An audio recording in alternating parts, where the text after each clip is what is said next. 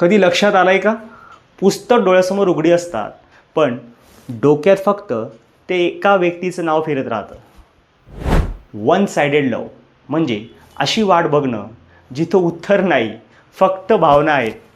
अशावेळी मन सतत त्या व्यक्तीभोवती फिरत राहतं आणि अभ्यासाकडे लक्ष केंद्रित करणं कठीण होतं. एखादी पान वाचतो, पण मनात प्रश्न येतो, त्याला किंवा तिला माझी आठवण येत असेल का?